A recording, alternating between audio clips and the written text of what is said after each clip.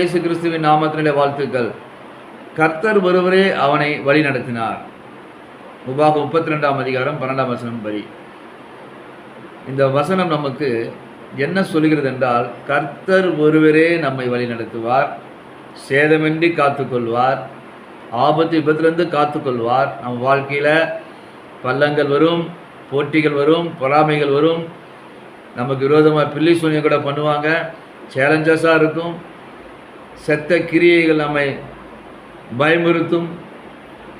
எல்லாவற்றையும் உதறி தள்ளி ஆண்டவரை பிடித்து கொண்டு நாம் நடப்போமானால் நம் வாழ்க்கையில் நமக்கு வெற்றி தான். அவரே நம்மை வழிநடத்துவார். அது ஜெயமாக முடியும். போட்டிகள் இருக்கும், சேலஞ்சஸ் இருக்கும், டாஸ்க் இருக்கும், கடினம் இருக்கும். ஆனால் அந்த கடினத்தில் கர்த்தர் ஜெயத்தை கொடுப்பார். நிச்சயமாக பார்த்துக்கணும். உங்களுக்கு ஒரு சிறிய சாட்சி சொல்கிறேன் சகோதர சகோதரிகளை. எனக்கு தெரிந்த ஒரு நண்பர், அவர் தன்னுடைய மகளுடைய திருமணத்துக்காக என்னை ஜெபிக்க சொன்னார். நான் ஜெபித்தேன். அப்போ சொன்னார், என் கையில் ஒரு பைசா கூட கிடையாது. நான் என்னுடைய வேலை செய்கிற எஜமான் கூட எனக்கு சப்போர்ட் பண்ண மாட்டேன்னு சொல்லிட்டாரு. அவரை நம்பினேன். என்ன பண்ணுறதுன்னு சொன்னார். நான் சொன்னேன், ஆண்டவர் உங்களை கைவிட மாட்டார், உங்கள் மகளோட திருமணத்துக்கு எல்லாவற்றையும் செய்து முடிப்பார்னு சொன்னேன் விசுவாசத்தோட. நான் ஒன்றுமே இல்லை, நான் சாதாரண மனுஷன், சாதாரண ஆண்டவரோட ஊழியக்காரன். ஆனால் விசுவாசம் சொல்கிறேன், அவர் சொன்னவங்க மகளோட கல்யாணத்தை சிறப்பாக முடிப்பார், ஆசீர்வாதம் இருக்குன்னு சொன்னேன், தேவைகள் சந்திக்கப்படுன்னு சொன்னேன். அவர் சிரிச்சுட்டு போயிட்டார். ஒரு மாதம் கழித்து வந்து சொல்லும்போது ஒரு நல்ல ஒரு ரிசல்ட் வரல பிரதர் சொன்னார். கொஞ்ச நாள் ஆச்சு, அப்பயும் அப்படி தான் இருந்தார். கொஞ்ச நாள் கழித்து என்னை பார்த்து சொல்லும்போது கொஞ்சம் அளவுக்கு வந்திருக்குனாரு. நான் சொன்னேன், நிச்சயமாக கர்த்தர் முடிப்பார், நீங்கன்னா பாருங்க என்ன.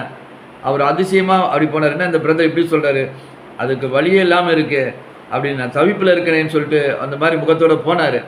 திருப்பியும் இப்போது பார்க்கும் பொழுது உங்களை தேடிட்டு இருந்த பிரதர் சொல்கிறார், என்னன்னா என் மகளோடைய திருமண பத்திரிகை வைக்கிறது, உங்களை தேடிட்டே இருந்தேன், நான் கூப்பிட்டு தான் நீங்கள் வந்திருப்பீங்க. என் மகளோட திருமணம் நல்லபடி நடந்தது, எல்லாத்தையும் கர்த்தர் சந்தித்தார். எப்படி நீங்கள் சொன்னீங்க, அந்த வறட்சியான நேரத்தில் ஒரு வழி இல்லாத இடத்துல எப்படி நீங்கள் சொன்னீங்கன்னு எனக்கு ஒரு வார்த்தை சொன்னார். ஆண்டவரை நான் விசுவாசிக்கிறேன், அவரை நம்புகிறவர்கள், அவருடைய பிள்ளைகள், அவர் என்னத்தையும் அதை கொடுப்பார். இன்றைக்கி அந்த மகளுக்கு திருமணம் ஆகி அவர் சொன்னார், மீதி பிரியாணி மீந்ததுன்னு சொன்னார். மீந்து இருந்து பிறர் கொடுக்கும்படியாக தான் செய்வார். நம் தேவன் நம்மை பார்த்துக்கொள்ளும். அதனால்தான் நம் வாழ்க்கையில் இன்று மட்டும் இல்லை, நாளைக்கும் சரி, வாழ்நாள் முழுதும் இந்த அற்புதமான தேவன் நம்மை காத்துக்கொள்வார். அவர் ஒருவரே நம்மை வழி நடத்துவார். ஆமேன். தேவனுக்கே மகிமை உண்டாதா. ஹல்லேலூயா, ஹல்லேலூயா.